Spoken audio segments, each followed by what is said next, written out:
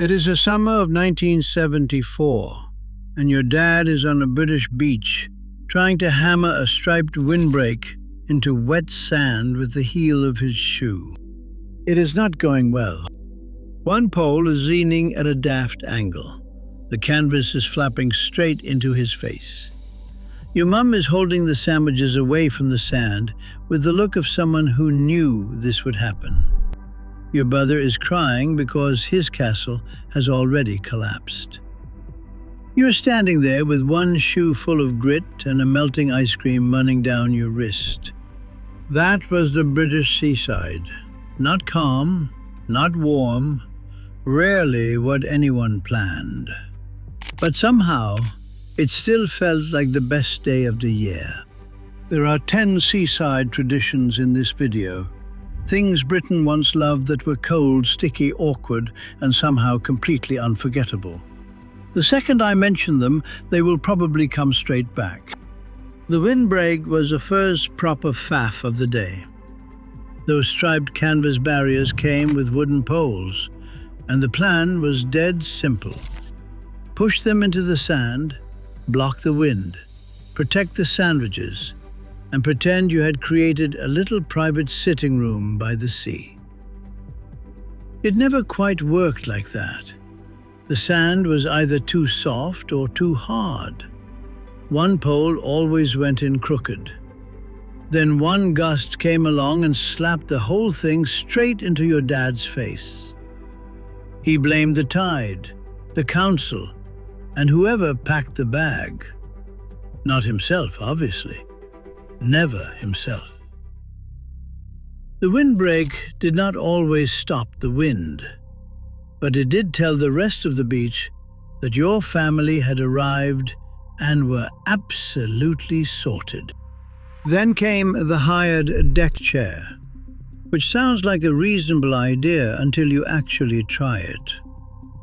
A bloke came round with a ticket machine, and suddenly a stripy wooden chair felt like serious holiday equipment.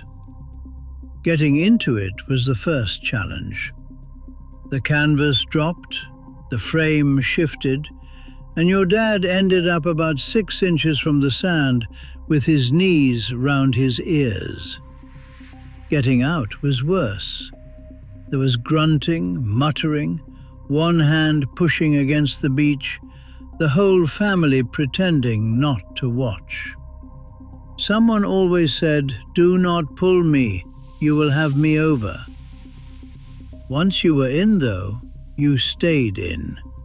Shoes off, newspaper open, tea from a flask. The chair creaking every time you breathed. Absolute luxury, apparently. The donkey rides were waiting somewhere on the sand. A little line of them with bright blankets and names like Rosie, Billy, or Queenie painted on wooden signs. Bless them. Those donkeys had seen every family Britain had ever produced and had given up judging years ago. They just stood there with the calm face of someone doing a job they did not choose. Children were excited. Parents were nervous. The donkey looked like it was thinking about something else entirely. The ride lasted about 3 minutes, which felt enormous when you were 7. Then the donkey stopped, leaned sideways, or chose the worst possible moment to leave something behind on the sand. Adults looked away. Children pointed immediately. Punch and Judy shows were crackers when you think about it. A bloke behind a striped curtain making strange noises into a little mouthpiece while his hand puppets had a domestic. Punch appeared, Judy appeared, the crocodile showed up. Nobody asked why there was a crocodile. The children in the sand shouted warnings at the puppets, as if the puppets could hear them, which they absolutely could not, but that was not the point. Grown-ups stood at the back with cups of tea, pretending they were only there for the kids. They were not only there for the kids. It belonged to the beach, and the beach would not have been right without it. The bucket and spade was non-negotiable. Every child had one, and every child was completely convinced they were about to build something brilliant. You packed wet sand into the bucket, turned it upside down, tapped the bottom 3 times like it was a ritual, and waited. Sometimes it came out clean, and you felt like an engineer. Sometimes it collapsed before the bucket had even lifted, and you felt nothing because you were already packing the next one. Then the tide came in, or a dog ran through it, or your little brother walked straight across the middle with the calm face of a man who knew exactly what he was doing and could not be proved wrong. Fish and chips by the sea hit different. They just did, and anyone who has had them knows it. The chips were too hot to eat. The vinegar had soaked through everything, and the paper was trying to blow away the second you opened it. You stood there holding the whole thing with both hands like you were carrying something fragile, pretending this was a perfectly normal way to have your tea. Then someone in the group dropped one chip on the ground. One chip. That was all it took. The gulls appeared from absolutely nowhere, like they had been waiting behind a wall for exactly this moment, which, to be fair, they probably had. The ice cream was a 99 if you were lucky, which meant a soft serve cone with a chocolate flake stuck in the side at a slight angle, already starting to lean. It began melting the second it touched your hand. The bottom of the cone went soft. A white line ran down your wrist before you had taken 3 proper licks.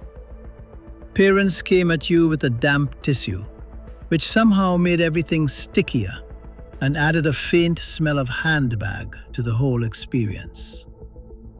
The flake was the best bit.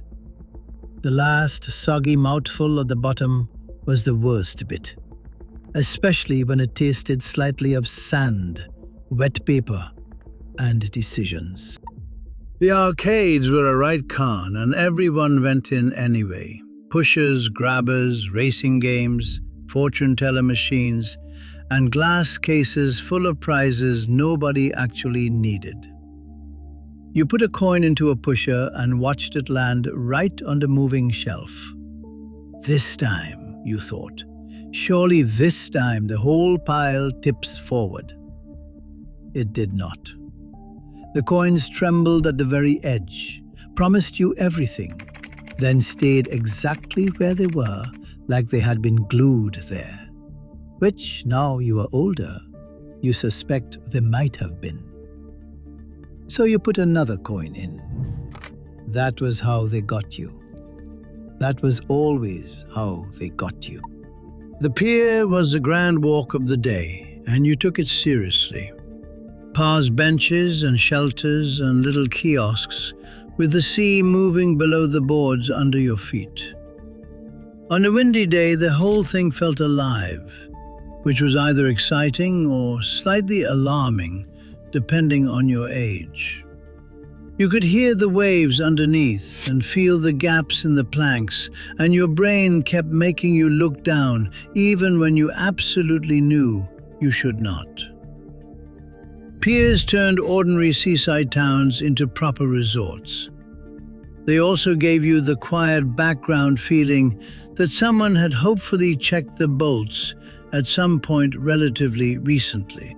Beach huts were another world entirely. Rows of little painted doors, each one opening onto folding chairs, old tea tins, mismatched cups, and things that had clearly been there since the 70s and were not going anywhere. Every beach hut had a smell. Damp wood, old towels, suntan lotion, tea bags, and sand that had been swept into the same corners for 30 years. Open one after a bit of rain, and the air hit you like a memory you had forgotten you had. Back then, they were just little wooden boxes by the sea that your family rented for a fortnight. Today, some of them are worth more than the house you grew up in. Make of that what you will. The final tradition was the promenade walk at night.